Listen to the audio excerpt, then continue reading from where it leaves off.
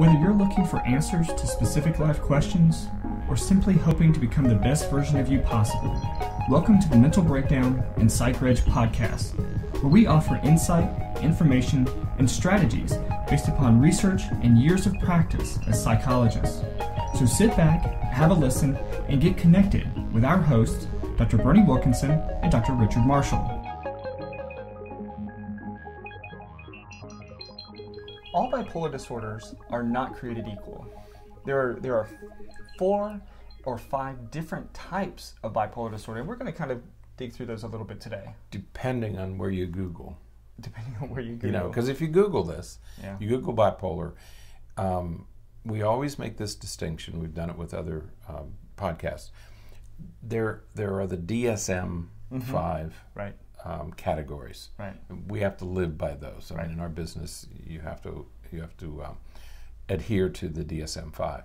But as you go into different websites, there may be those 5 and more, right, or more than 5, fewer than 5, right, and it depends what other writers want to include in this.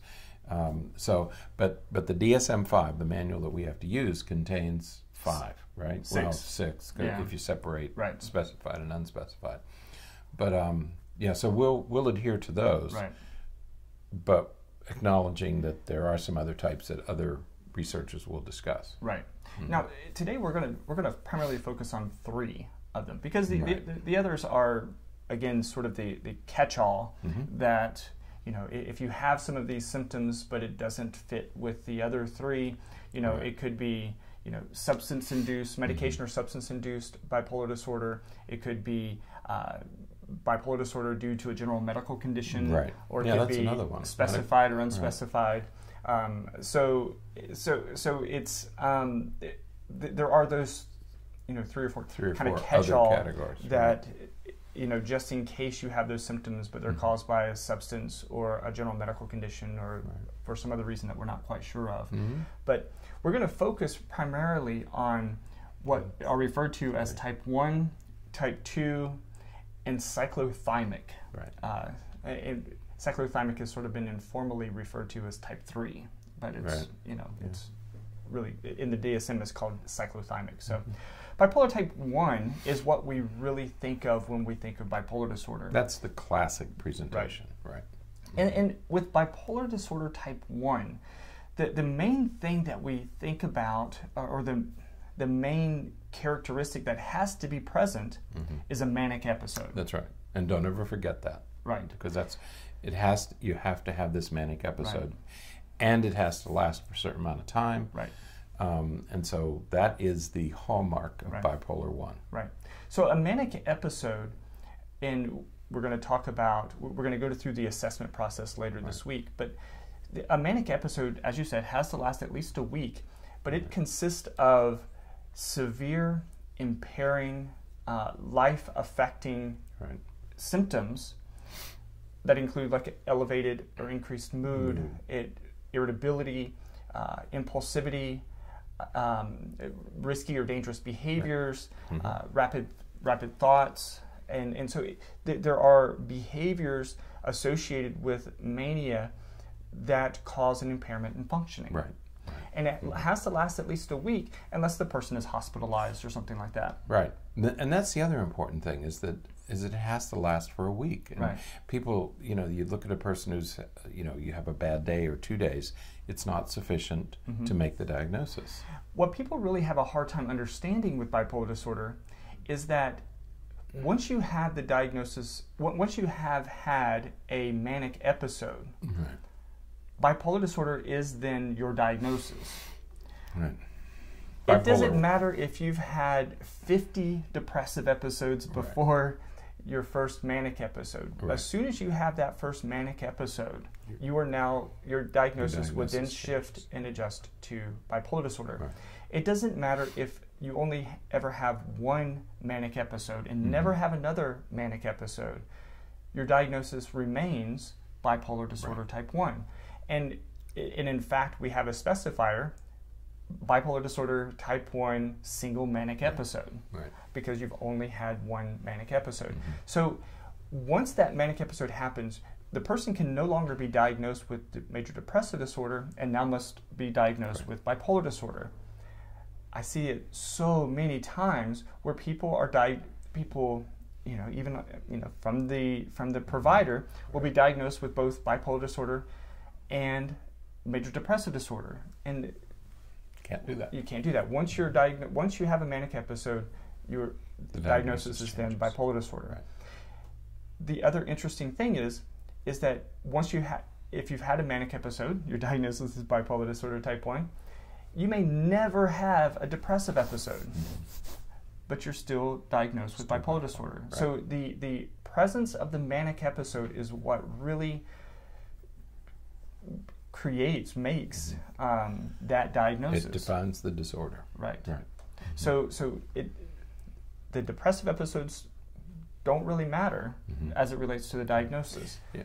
Right. In a way, it makes it easier because once you see that manic episode, especially if it's a lengthy 6-7 day episode, you can make the diagnosis with confidence. Right. Right. But that manic episode, that is the hallmark of this bipolar disorder type 1. Bipolar 1. Right.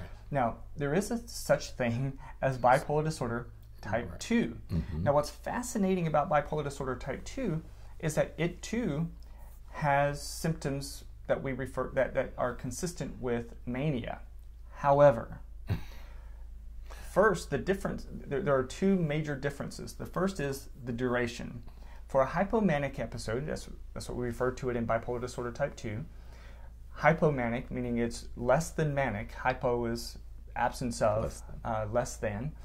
The hallmark characteristics of hypomania is that it only has to last four days. Remember, manic episode has to last a full week. It only has to last for 4 days. But the really fascinating thing is that this is one of the few conditions found in the DSM that doesn't require an impairment in functioning. Right. So a person with hypomania, and this is fascinating to me, a person with hypomania continues to function, they meet their obligations, and in fact, a lot of times, people with hypomania enjoy being hypomanic. That's right. They enjoy that time. They don't want to get rid of it. Because, man, they get a lot of work done. They're not sleeping as much, but it's not as severe as with mania. So they're sleeping, 4 or 5 hours a night, perhaps. But I'm not going to say anything.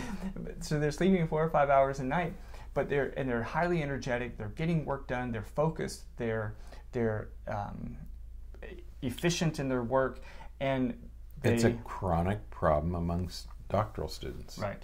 We see it all the time. Right. Where's that line between being highly motivated and being hypomanic? And frequently you can't tell the difference. Right.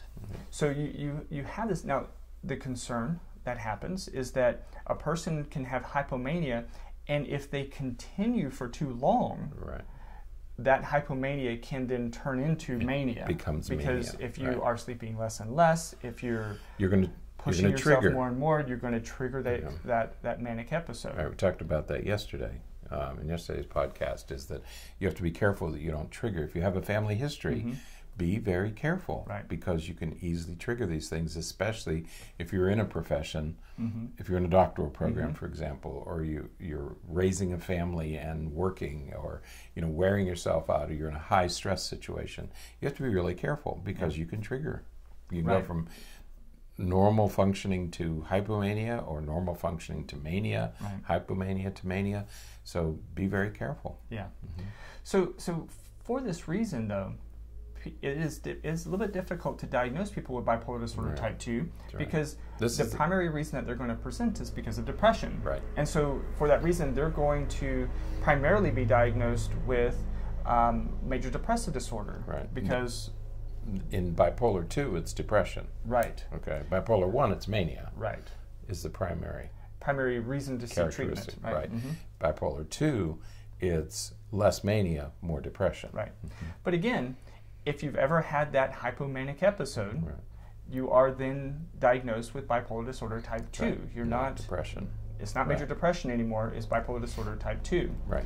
So again, that the presence of that manic for bipolar type 1 or hypomanic for bipolar type 2, those are the key features that differentiate those mood disorders from anything else. Right. So shorthand, bipolar 1 mania, bipolar 2 depression. Right. Right. Okay. But the presence of that hypomanic. With hypomania. Now the third and final one that we're going to talk about is much less common. Right. Because I don't know that I've ever made this diagnosis. It is because it begins with, it's a mild form of, what's a mild form? I've never made the diagnosis. Right. I mean, because it's a little bit bizarre. Not bizarre. It's a little bit uncharacteristic of some of the other disorders that we talk about. Do you think I mean, as we've said, I don't think I've ever made the diagnosis, but is it more likely to occur in youngsters? Well, it's... because they don't show those clear patterns. Right. Well, so cyclothymic disorder, as you said, is a mild form of bipolar disorder. Right. And to me, it reminds me a little bit of dysthymia, the persistent mood depressive disorder that we talked about last week, because it does require mood-related symptoms over a long period of time, with very few or short duration normal, quote-unquote, normal mood periods in between episodes. So you'll have, again, it goes to hypomania, because I can't emphasize it enough. If you've ever had a manic episode, that's bipolar type 1, no matter what. Right. If you ever had a manic episode, that's bipolar disorder type 1.